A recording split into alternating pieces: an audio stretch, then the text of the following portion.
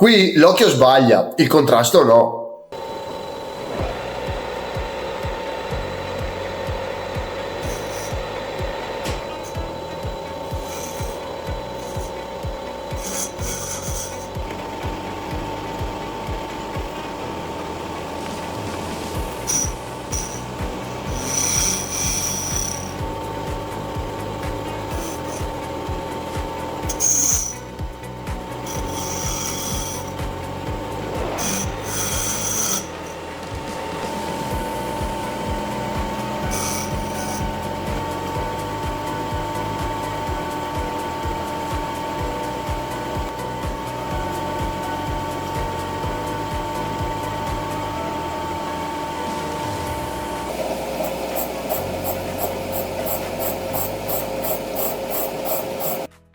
Spero ti sia stato utile. A presto!